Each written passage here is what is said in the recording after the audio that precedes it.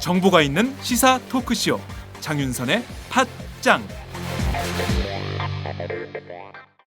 안녕하세요. 팔순놈을 위한 정치경제 이야기를 쓴 황인철입니다. 정치와 경제가 사회과학 같지만 사실은 인문학이지요. 왜냐하면 정치와 경제는 세상을 살아가는 이야기니까요. 그래서 경제이론이나 정치이론의 근거에서 쓴 것이 아니라 세상을 살아가는 이치의 근거에서 썼습니다. 그래서 가슴에 와닿고 설득력이 있습니다. 팔순놈을 위한 정치경제 이야기.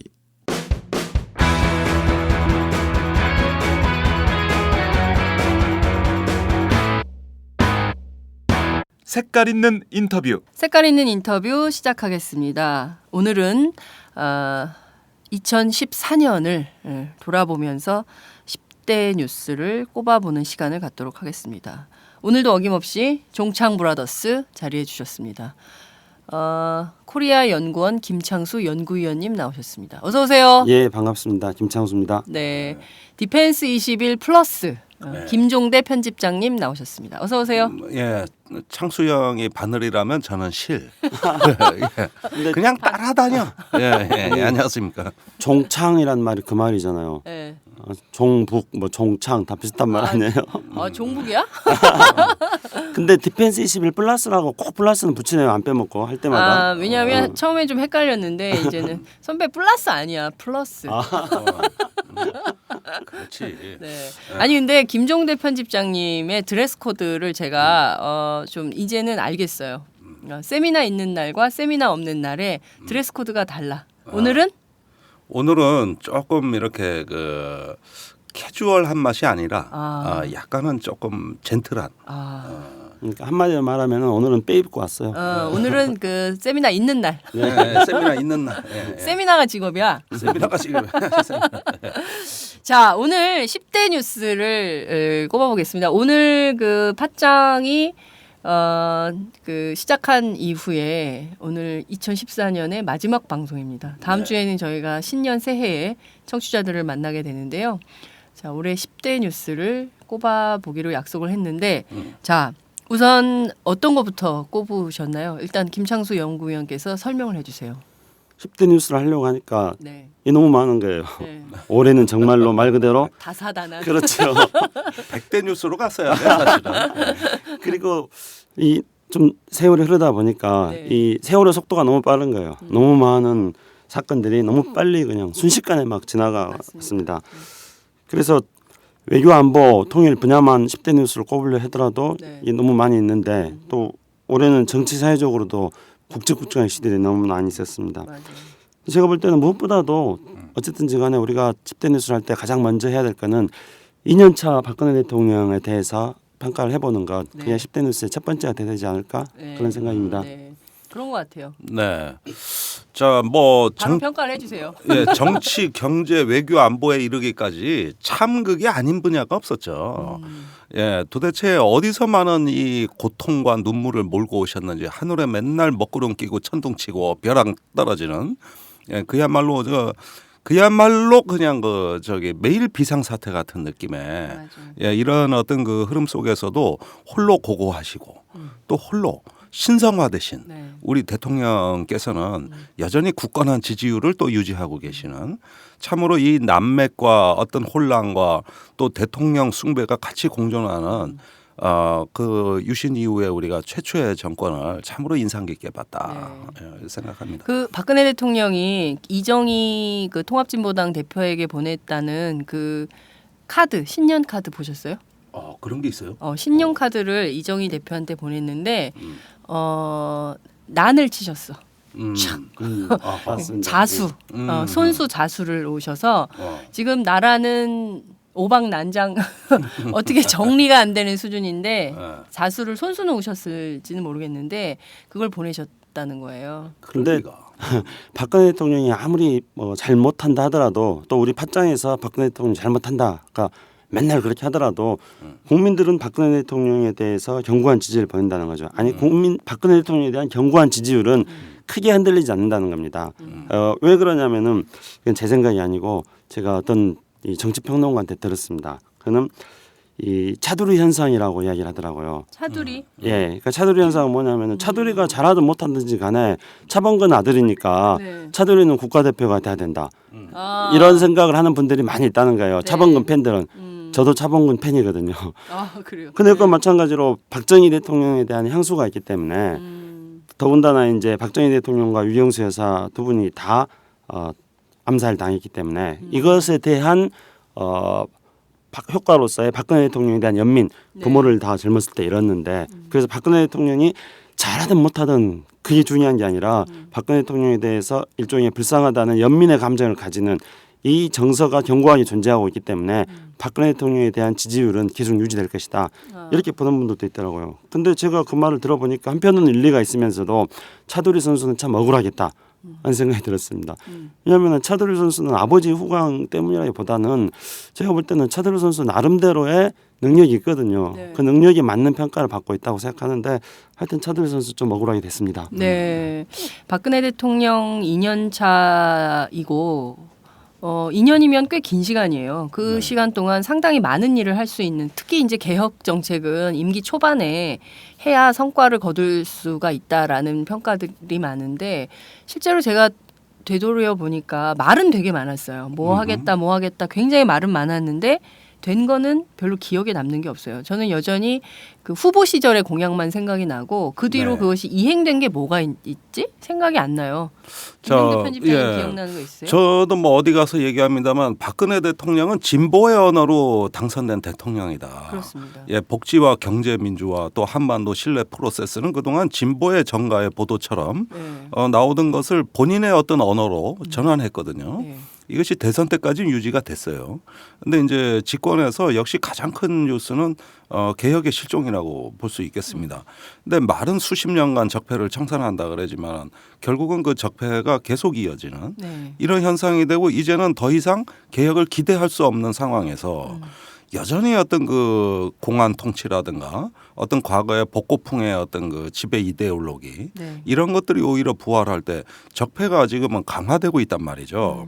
이런 것들이 가장 이제 뜻밖의 현상인데 네. 그러한 어떤 급회전 말하자면은 어떤 그 자기의 어떤 개혁 이미지를 탈색하면서도 하나의 어떤 개혁적 이미지는 그대로 가져가고 있다. 이런 이중적인 어떤 그 현상에 걸쳐 있는 게 저는 소위 말하는 박근혜 현상이라고 불러도 무난하지 않을까 싶습니다. 네.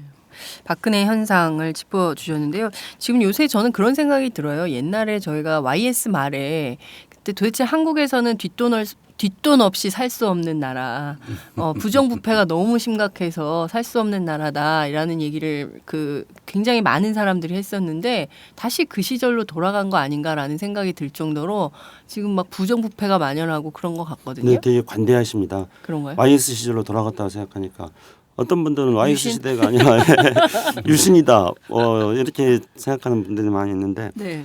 그 역사가 회귀된 거죠 분명히. 경제 사회적으로도 그렇고 정치적으로도 그렇고 실질적으로 지난 한 해 동안에 많은 사람들이 피부로 느꼈던 거는 도대체 우리가 어디로 가고 있는 건가. 그래서 특히 이제 정치적인 여러 현상들을 놓고 볼 때는 유신으로 회귀했다. 이런 것들을 사람들이 가장 피부로 많이 느꼈을 거라고 봅니다. 예, 제가 유신 때는 너무 어려가지고 기억이 안 나요. 유신 얘기할 수 있어요. 유신 때 아니잖아 다. 아니지. 우리는 다 초등학교 때 유신 네. 노래 부르면서 그 학교를 다녔고. 우리 그래요? 일하시는 대통령 이 나라의 지도자 그렇게 하면서 우리는 뭐 노래 딱 1부터 뭐 10까지 이런 것도 맞춰가지고 있어. 노래도 부릅니다. 10월에 찬란한 유신의 새 아침이다. 으쌰.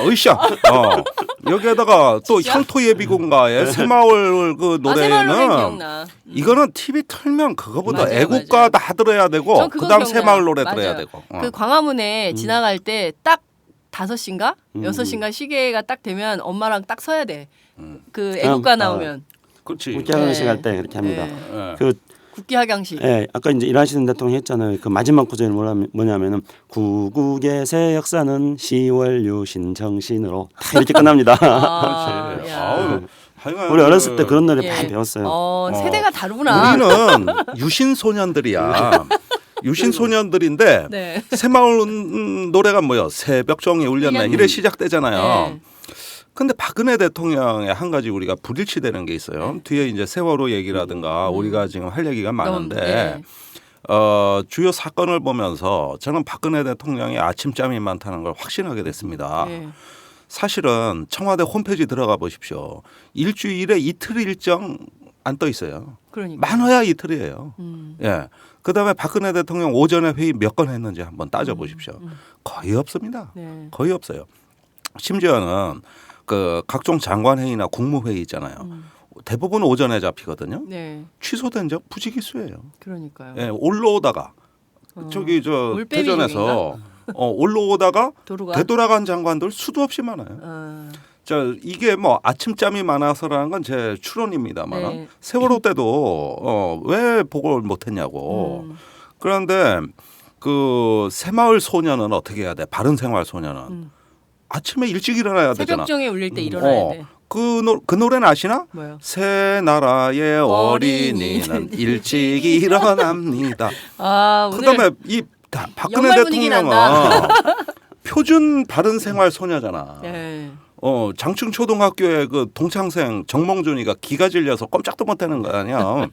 뭐든 잘하니까 박근혜 대통령이. 네. 그러면 왜 그러겠어요? 이 새마을 정신인데 어떻게 딱 대통령이 되시더니 말이야. 이게 도대체가 저 라이프 사이클이 이상해. 맨날 밤늦도록 보고서 읽는데.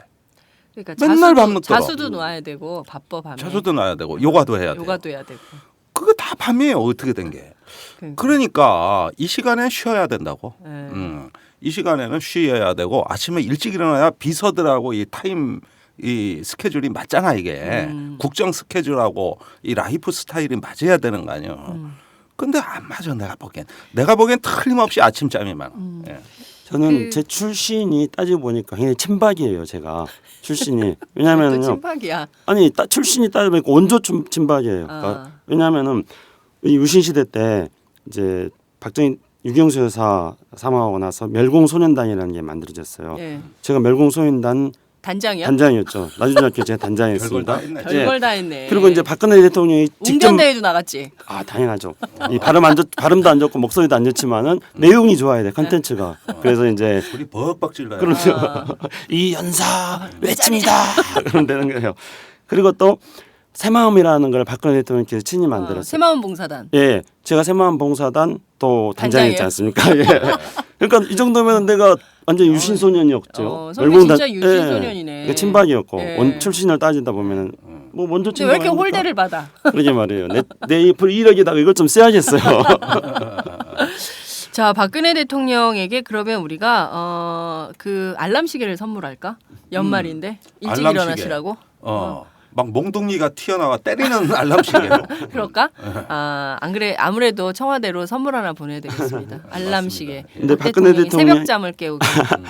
박근혜 대통령이 이제 대통령 되는 시점을 전후로 해가지고 우리가 육자회담을 하는 6개 국가의 정상들이 다 바뀌었습니다. 네, 그러니까 맞아요. 조금 먼저 바뀐 나라도 있고 조금 늦게 바뀐 나라도 있었습니다. 근데 제일 먼저 바뀐 나라가 북한이었죠. 네. 2011년도에 북한의 김정일 위원장이 사망했고 그리고 그 이후에 부시 대통령 재선됐고 그리고 부시? 예, 아니 부시 오바마죠, 대통령. 오바마. 우리가 역시 자꾸 유신 소년이야. 옛날 이야기하다 보니까 그리고 중국에서는 시진핑 주석이 2013년도에 3월달 국가주석이 됐고 러시아에서 푸틴이 그동안에 5년간 물러나 있다가 다시 재집권을 네. 했고 뭐 일본에서 일본의 아베. 아베가 다시 이제 등장을 했고 이렇게 다 됐습니다. 근데 6개국 정상들하고 박근혜 대통령하고도 비교를 해보면 재밌을 것 같은데요. 우선 제가 볼 때는 6개국 중에서 러시아하고 미국을 제외하고는 나머지 사회의 이 리더들은 전부 다 선친들의 후광을 입고 있다는 거죠. 그렇죠. 그 북한도 마찬가지죠. 북한은 선친의 후광이 아니라 할아버지의 후광이. 할아버지 후광이고 아버지 아니 3대 세습이에요. 3대 여기는 세습이죠. 백두혈통. 그러니까 백두혈통이 아니면은 감히 권력의 최고 자리에 올 수가 없는 거예요. 왕이야. 거기는 그래서 이제 감히 백두혈통도 아닌 게 네. 권력의 최고 자리 근처에서 실권을 누렸다 해가지고 장성택이 날아간 거 아닙니까? 그렇습니다. 네. 근데 일본도 마찬가지죠. 아베도 마찬가지고 네. 시진핑도 자기 아버지 시중텐이 네. 있고 박근혜 대통령도 마찬가지고. 근데 아버지의 후광을 입고 등장한 이 아시아의 대통령들, 아시아의 리더들 중에서 제가 볼 때 한반도의 리더들이 조금 밀리는 것 같아. 중국이나 일본에 비해서. 그러니까 이렇게 말씀드리면은 혹시 제가 아베 노선에 대해서 네. 뭐 동의하고 찬성한다 이렇게 생각하시는 음. 분들 있을지 모르겠습니다. 근데 아베에 대해서 제가 동의한다, 찬성한다, 잘한다 그게 아니라 네. 아베는 극우주의자입니다. 아주 나쁜 놈이죠. 네. 극우주의자이고 나쁜 놈인데 아베는 일본이 어디로 나가야 될 것인가에 대한 비전을 제시하고 있다는 겁니다. 2차 대전의 패전에서의 그 쪽팔림에서부터 일본이 벗어나고 네. 20년간의 침체에서부터 일본이 벗어나야 된다. 그렇게 하면서 극우로 나가고 네. 그렇게 하면서 미국을 적당히 이용하고 북한하고도 대화를 하고 네. 이렇게 하면서 비전을 제시하고 그거에 따른 자기의 전략을 세울 줄 안다는 거 아베는. 근데 이게 이제 우리 두려운 거죠. 네. 우리는 우리 옆에서 이제 아베라는 인간이 그런 식의 전략을 구사한다는 점에 대해서요. 시진핑도 마찬가지입니다. 시진핑도 나름대로의 전략을 비전과 전략이 있어요. 그러니까 시진핑은 중국몽이다 그래가지고 중국 사람들에게 2011년까지는 네. 2021년 공산당 창건 100주년이 되는 그때 중국을 잘 사는 나라를 만들겠다. 그리고 2049년 중국 국가를 수립한 100주년이 된 그때는 중국을 세계 최강의 국가로 만들겠다. 이런 어떤 중국몽을 제시하면서 이것을 달성하기 위해서 여러 가지 어떤 전략들을 다 추진하는 겁니다. 그래서 한국하고 이렇게 FTA도 체결하고 또 뭐 온갖 어떤 대외 정책들을 펼쳐나가고 그러니까 비전과 전략이 있다는 겁니다.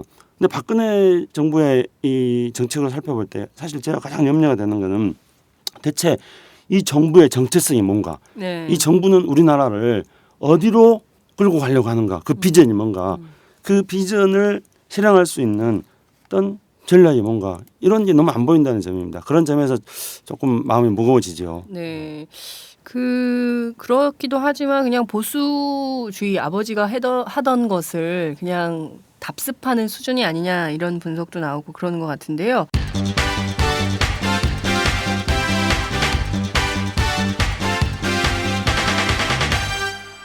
장윤선의 팟짱.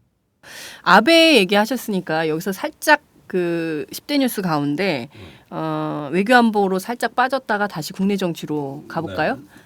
그러면 당장 현안이기 때문에 그런데요. 지금 한미일 군사정보협정. 네, 이거 사실 이명박 정부 때부터 온 국민을 불안하게 했던 건데요.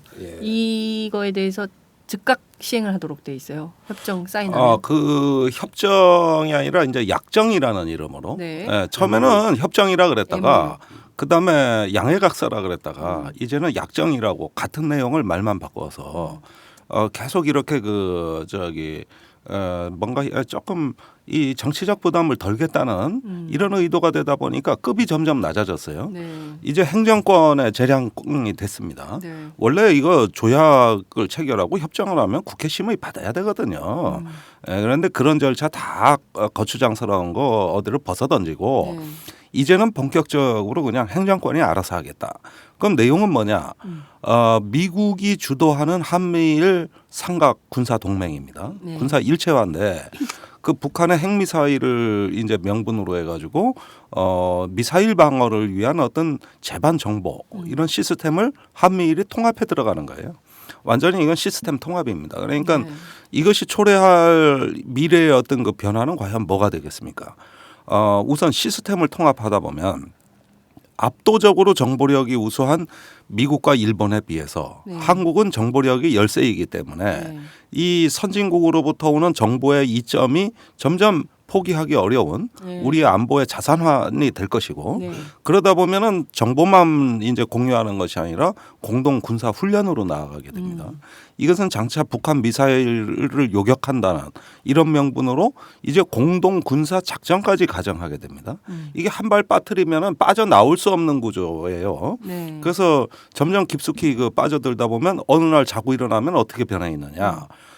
이것이 어느 날 보니까 이제는 미국이 중국을 견제하는 하나의 동맹 블록, 네. 즉 한미일 대 북중러라는 네. 이런 어떤 대치 구도에서 이제 한국은 오도 가도 못하고 거기에 그대로 결박이 되는 이러한 지정학적인 대치 구조에 우리가 처하게 되는 네. 이런 상황이 어느 날 자고 일어나면은 변화가 있는 거예요. 그렇게 가는 거죠. 그런 점에서 이제 하나의 어떤 그 주춧돌이 놓아졌다. 드디어 그 시작되는 어떤 그 계기가 촉발이 됐다. 이게 바로 한미일 군사 정보 협정. 공유 약정입니다. 이것과 연동된 게 또 다른 뉴스입니다만은 우리가 이제 전시 작전권 네. 전환을 무기한 연기하는 합의가 네. 올해 그 10월에 한미 국방장관 회담에서 이것이 합의가 되고 조금 더 나아가서 어떤 미국의 미사일 방어에 해당되는 핵심 무기 체계가 한국에 배치될지도 모르겠다. 그것이 바로 그 사드라는 네. 중국 싸대기 때리는 미사일이라고 제가 전에 네, 말씀드린 적이 맞아요. 있고 예. 또는 엑스밴드 레이더라는 장거리 탐지 레이더도 한국에 배치될 가능성이 있다. 이런 것과 한미일 그 정보 공유 약정은 짝을 이루는 거예요. 이게 다 동전의 양면이고 패키지로 같이 가는 겁니다. 예, 별개 사안이 아니에요. 네. 이 약간의 이 꼼수 네. 이런 것들을 느낄 수가 있습니다. 그러니까 애초에 2012년도에 이명박 정부 때는 한일 정보 보호 협정. 보호 협정, 한일 정보 보호 한일 협정, 군사 정보 보호 보호 협정. 협정이었죠. 그러니까 여기서 중요한 거는 한일이었고 그다음에 군사 정보 보호였고 예. 그다음에 협정이었다는 예. 거죠. 근데 이거를 한미일로 바꿨어요. 그래서 미국을 끼워 넣어 가지고 물타기를 하는 겁니다. 그다음에 군사 정보 보호라는 내용을 이제 조금 더 구체화시켜 가지고 북한의 핵과 미사일에 대한 정보 공유라고 네. 했습니다. 그다음에 협정을 이제 MOU로 바꿨고요. 네. 그런데 군사 정보 보호를 군사 정보 공유라고 바꾼 거는 그것도 역시 꼼수가 있습니다. 꼼수가 있다. 그렇죠. 네. 왜냐하면 애초에 한미 군사 정보 보호라고 했을 때는 네.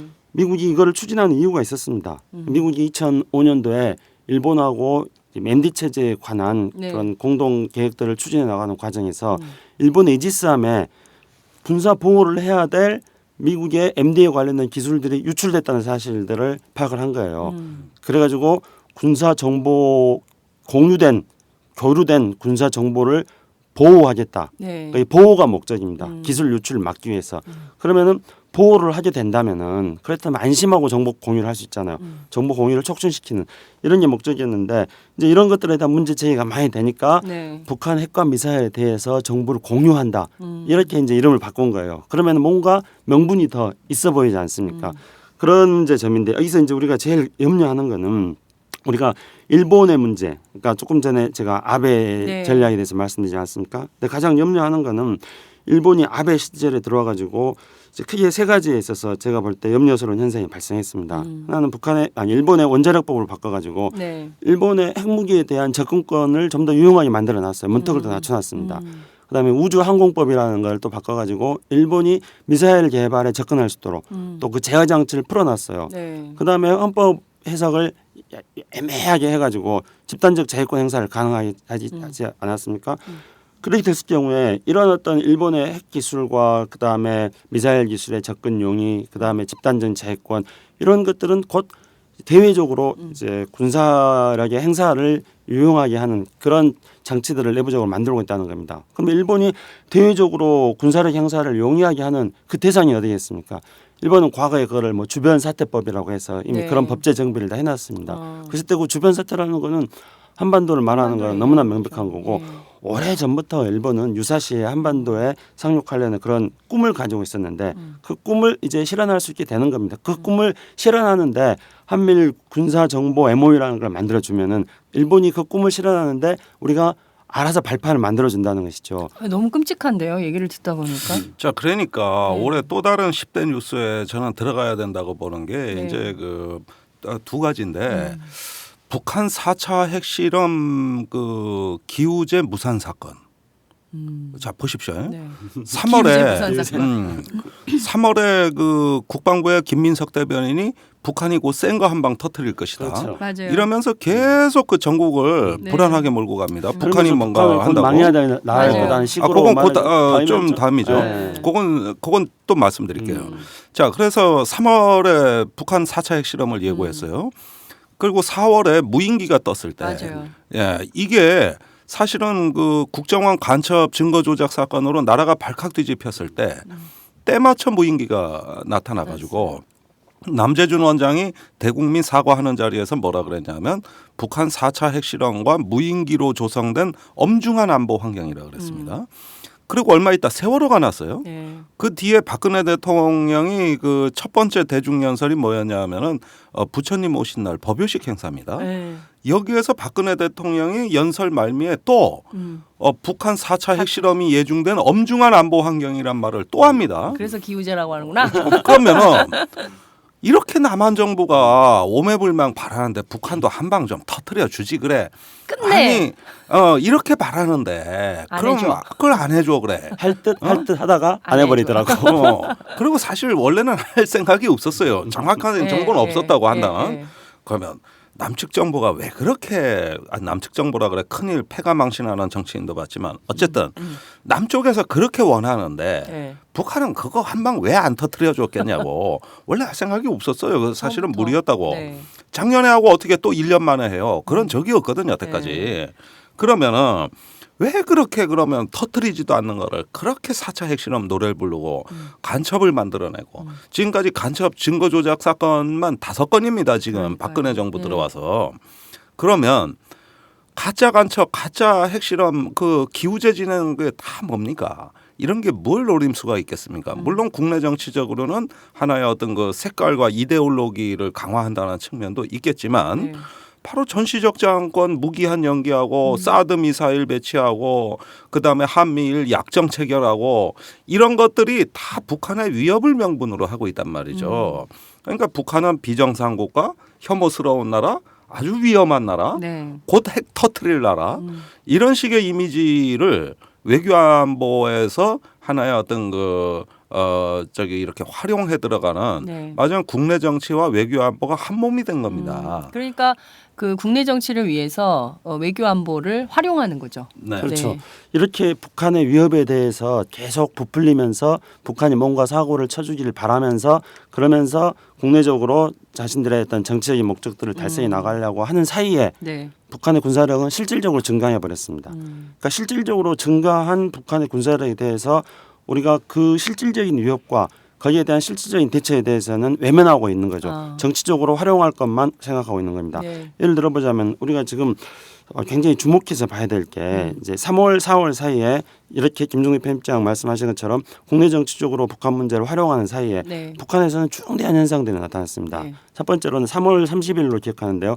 외무성 성명을 발표했는데 그 외무성 성명에는 이번에 그 SCM 이제 그 한미연례안보 네, 협의 네. 전작권에 대해서 무기 연기를 합의한 거기에 보면은 한 구절이 있습니다. 3월 30일 외무성 성명과 같은 거에 대해서 우려한다 이렇게 나와 있습니다. 아. 대체 3월 30일 외무성 성명이 뭐길래 그러겠습니까? 그거는 3월 30일 외무성 성명에 보면은 북한은 각이한 목표에 대해서 각이한 타격 수단을 가진다 이렇게 말했어요. 그러니까 각이한 목표라는 것은 여러 다양한 목표, 그러니까 괌, 하와이, 뭐 예를 들어서 이런 것까지 다 포함합니다. 그러니까 그런 각이한 목표에 도달할 수 있는 각이한 타격 수단을 가지겠다. 그러니까 북한의 타격 수단을 여러 가지로 늘리는 겁니다. 그렇게 해서 핵 능력이라든가 미사일 능력이라든가 이런 것들을 증대시킵니다. 그리고 그런 하나의 현상하고 또 다른 하나의 현상은 뭐냐면은 북한이 이제 올 3, 4월 달에 2, 3, 4월 달인가요? 그때 이른바 이제 장사정포 이거에 대한 한 수백 차례 했죠. 수백 네. 차례 시험을 합니다. 그러니까 이제 220mm 장사정 대구경포. 그래서 그거는 이제 200km까지 남한을 실질적으로 위협을 할 수 있는 그런 이제 포를 개발하는 거죠. 이런 식으로 북한의 군사 능력이라는 것은 증진되어 가고 있는데 우리는 이런 북한의 군사 능력의 증진을 막을 수 있는 여러 가지의 수단이 있습니다. 네. 일단 기본적으로 북한과의 대화를 통해 가지고 북한의 핵 능력이라든가 군사 능력의 증진을 약화시킬 수 있는 또 그걸 제어할 수 있는 어떤 장치를 만드는 것도 필요하겠고 네. 뭐 여러 가지가 있을 수 있겠습니다만은 그러한 조치들은 전혀 진행되지 않았습니다. 그리고 진행되는 건 뭐였냐면은 실질적인 북한의 위협에 대해서 지적하고 대응하고 이걸 완화시키려는 노력보다는 김정일 편집장이 이야기한 것처럼 국내 정치하고 일치화되는 네. 그래서 국내 정치의 효과를 높이고 활용도를 높이는 이런 식의 어떤 정치적 활용만 있었던 거죠. 실질적으로 지금 얘기를 듣다 보니까 정말 위기와 위협이 한반도를 그러니까 정말 거대한 먹구름이 이렇게 오고 있는 것 같은 느낌이 들어서 2015년도도 굉장히 더 어려워질 것 같다라는 생각이 좀 드는데요. 그러면 외교안보적으로 또 국내 정치적으로 굉장히 어려웠는데 특히 군 내부가 굉장히 시끄러웠습니다. 아까 무인기 살짝 얘기를 하셨는데 뿐만 아니라 그냥 드러나는 것만 윤일병, 임병장 그 수많은 성추행, 왜 이렇게 별들은 성추행을 많이 해. 에? 성폭행, 방산비리 뭐 이런 일들이 있었어요. 이거 몰아서 한번 정리해 주세요. 뭐 어떤 이거 10대 뉴스 평론가든 넘겠다. 이거 다 합쳐서 하나의 합쳐서 뉴스로 하나. 치자고. 하나의 네. 뉴스로 해야 되겠어. 군내 군의 문제. 추락. 네. 네. 군의 추락.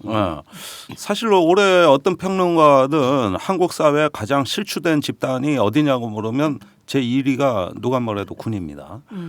뭐 이제 대한항공이 나와가지고 기업이 조금 추락하는 것 같지만 군이 추락한 거에 비해서는 아무것도 아니에요. 심지어 올해 전시작전권 전환을 무기한 연기하는데 찬성 여론이 높아진 이유도 네. 한국군에 맡겨놨다간 큰일 나겠다. 이게 전작권 전환 연기에 찬성 여론으로 돌아섰어요. 그래서 압도적으로 옛날에는 전작권 전환을 해야 된다는 여론이 높았다면 지금은 반대로 됐습니다. 그러면 왜 그러느냐? 한국군 왜 못 믿겠다 그러냐? 보시다시피 그 국내 각종 반인권 사건, 네. 폭력 가혹행위, 그다음에 장성들의 추태, 네. 예, 그다음에 비리입니다. 장성 비리죠. 예, 그런데 지금 이런 류의 어떤 그 현상들은 우리 군의 시대적 좌표가 어디에 와 있는가를 한번 우리가 성찰할 어떤 네.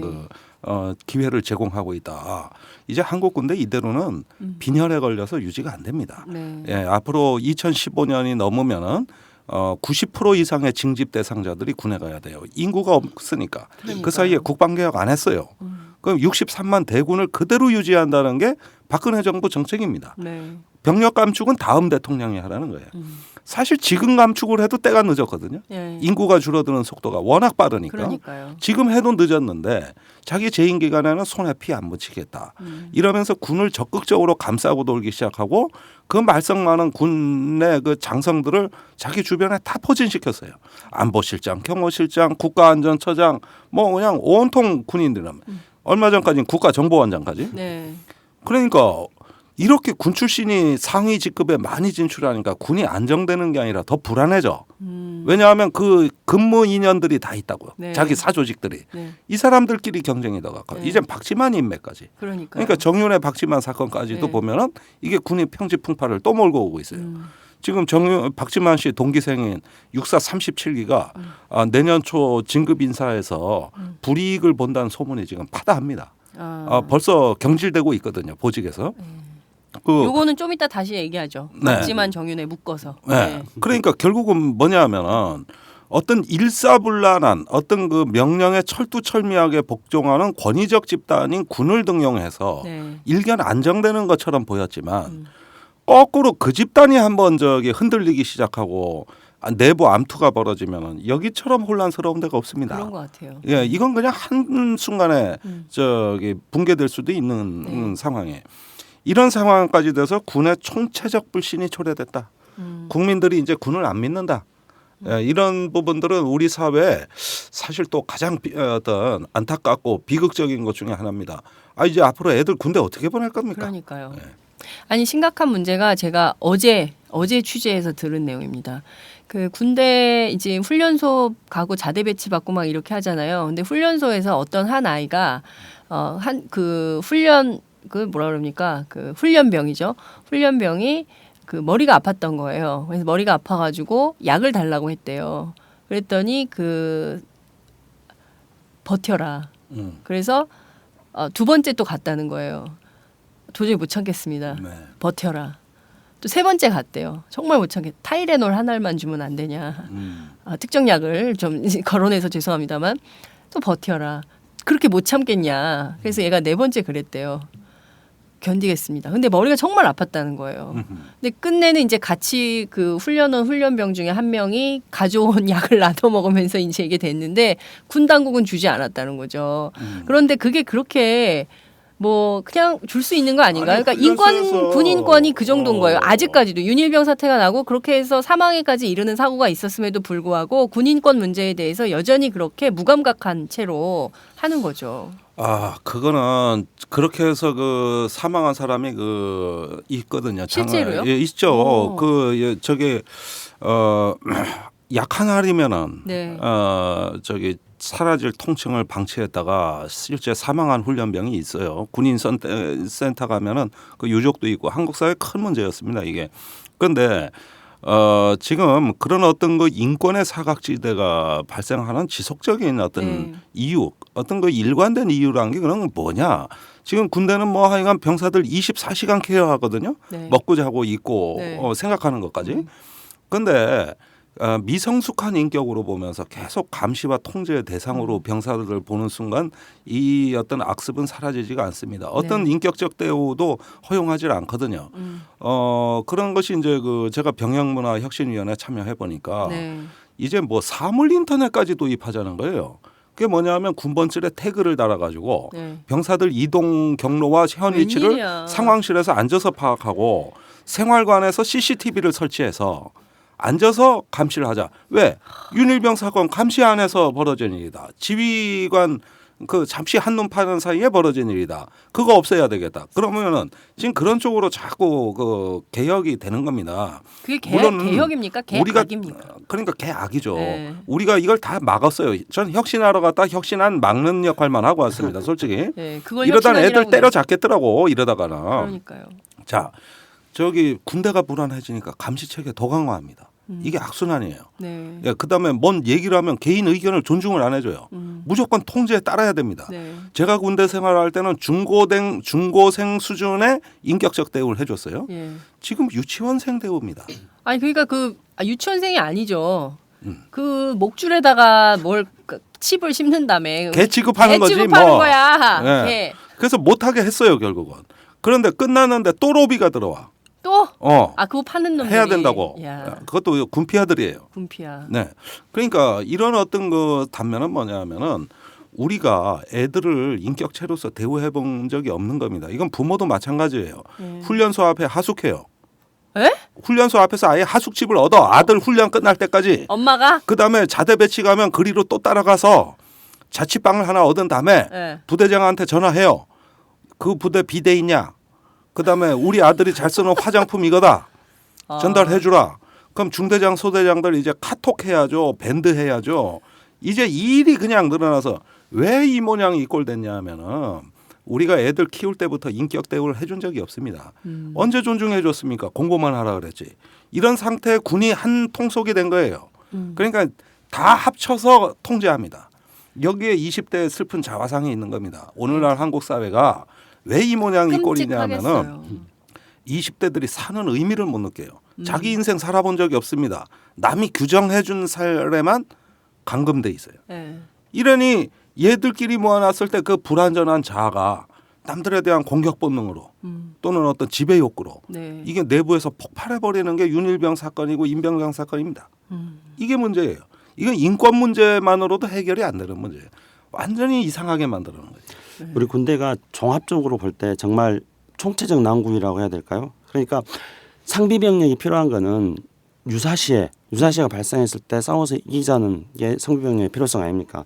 근데 우리는 전자권이 없습니다. 전자권을 가지는 거는 우리가 전쟁을 기획하고 전쟁을 수행할 수 있는 능력을 가지자는 건데 네. 우리 군대는 기본적으로 전쟁을 기획하고 수행할 수 있는 능력이 없습니다. 그다음에 지난번 대통령 선거 때 모든 후보들이 전부 다 자녀 안심하고 군대 보내는 군대를 만들겠다 그랬습니다. 군대가 유치원이야. 그러니까 야, 참나 아주 어색했으면 그랬겠습니까? 맞다. 그 구호가 유치원 고야. 아니 자녀 안심하게 봐드린. 병영문화위의 핵심 목표가 부모가 안심할 수 있는 군인데 여기가 무슨 보육원입니까? 군대가 민법상 성인들의 집합이고 네. 이스라엘, 스위스, 핀란드, 스웨덴 징병제 국가 가보십시오. 부모가 안심하는 군 이러다 그러면 기절소풍해. 그러면은 거기서 뭐냐? 네. 저기 월요일부터 금요일까지 훈련 받고 네. 토요일, 일요일 외출해서 집에서 자요 훈련병에 징집된 근데 병사도 우리는 아니잖아요. 우리는 24시간 감금시키니까 부모가 안심하는 군이 돼. 나 참 옛날에는 진짜 사나이 노래 뭐라 그랬습니까? 부모 형제 나를 믿고 단잠을 이룬다 그랬어요. 오늘 노래가 잘 되는 오늘 노래가 되는 날이다. 이거 노래로 하고 싶어 내가. 연말이다. 그러니까 거꾸로 저기 뭐냐 부모가 저 군대 간 저 우리 집안의 장손 저 우리 아들내미 믿고 내가 이렇게 산다 보호 받는 느낌을 부모가 받아야 되는데 예. 그게 원래 군대라는 거 군대라는 의미가 예. 외곽에서 공동체를 보호하는 거 아닙니까? 예. 그런데 부모가 이제는 안심하는 군이 되는 거야. 국민이 안심하는 군이 아니고 부모가 안심하는군. 여기 보육원입니다. 보육원. 우리의 그러니까. 군대는 이제 보육원 됐어. 저도 갑자기 공가가 생각나는데 전우여 내 나라는 내가 지킨다. 근데 내 나라를 내가 지키지 노래로 않아. 해줘. 오늘은 뮤지컬이야. 종창 브라더스의 뮤지컬. 야. 근데 그래 이제 오직했으면은 자녀 안심하고 군대 보내기를 공약으로 내세웠을까. 근데 문제는 그런 공약을 내세웠고 대통령이 됐는데 더 불안해져 버렸어. 그런데 이제 문제는 그 차원이 아니라 네. 이번에 이제 군 내부에 여러 가지 인격적인 모독 현상이라든가 이런 것들이 알려졌습니다. 그러면서 군인들이 사병들이 실제로 어떻게 생각하느냐. 사병들이 김정일 편집장님하고 대화를 나누면서도 들은 이야기입니다. 사병들이 이제는 유사시에 네. 유사시가 발생했을 때 그 적이 대항해야 될 세력이 아니라 평상시에 나를 괴롭혔던 그 상관들한테 이때 한번 하겠다, 덤비겠다 뭐 이런 생각들이 만연되어 있기 때문에 이게 도대체 네. 싸울 수 있는 군대인가 이런 것도 있고 네. 아울러서 군 내부에서 뭐 전자권 높고 군 내부에서 사기가 이렇게 떨어지고 이런 문제뿐만 아니라 싸울 수 있는 장비가 있는가 방산비리 이런 것들 우리가 지켜보면서 네. 이 통용함이 정말 구조활동할 수 있습니까? 불안하지 않습니까? 우리 그 특수부대들이 입고 있는 방탄 조끼가 네. 유사시에 실제로 방탄이 되는 겁니까? 이런 게 불안하다는 거예요. 그러니까요. 아이 저기 네. 길게 얘기할 거 없어요. 네. 지금 국방개혁 안 하면은 늦어도 2017년이면 쓰러집니다. 빈혈로. 구리군이. 야전에서 다리가 풀려가지고 휘청휘청거리고 눈동자가 풀려가지고 전쟁 못해요. 이미 그렇게 됐습니다. 왜? 병력 안 줄이려고 이 짓 한 거예요. 무기 많이 사느라고 이 짓 한 겁니다. 이게. 근데 정말 끔찍한 나라인 거예요. 정말 뭐에 어떻게 해야 되는지. 안녕하세요. 장윤선의 팟짱 애청자 여러분. 저는 김병기입니다. 전에는 편집국장이었는데요. 지금은 10만인 클럽 회원이자 본부장 맡고 있습니다. 그런데 10만인 클럽이 뭐지? 이렇게 궁금해하시는 분들 많으실 겁니다. 오마이뉴스에 자발적으로 구독료를 내는 시민들의 모임입니다. 지금 매월 후원해주시는 분이 몇 명이죠? 8,000명이요. 그럼 앞으로 몇 명을 모아야 합니까? 10만 명이요. 참, 갈 길이 멉니다. 그런데 조중동 구독자는 많게는 100만. 이래서 진보 언론 살아남을 수 있을까요? 10만인 클럽 후원으로 만들어지는 팟짱 응원하고 싶으시다고요? 지금 전화 주세요. 02-733-5505로 전화하셔서 내선번호 274를 꾹 누르세요. 오마이뉴스 기사의 모든 기사 하단에 동그란 주황색 배너를 누르셔도 됩니다. 여러분들의 참여로 팟짱이 웃음소리 더 커질 수 있습니다. 감사합니다.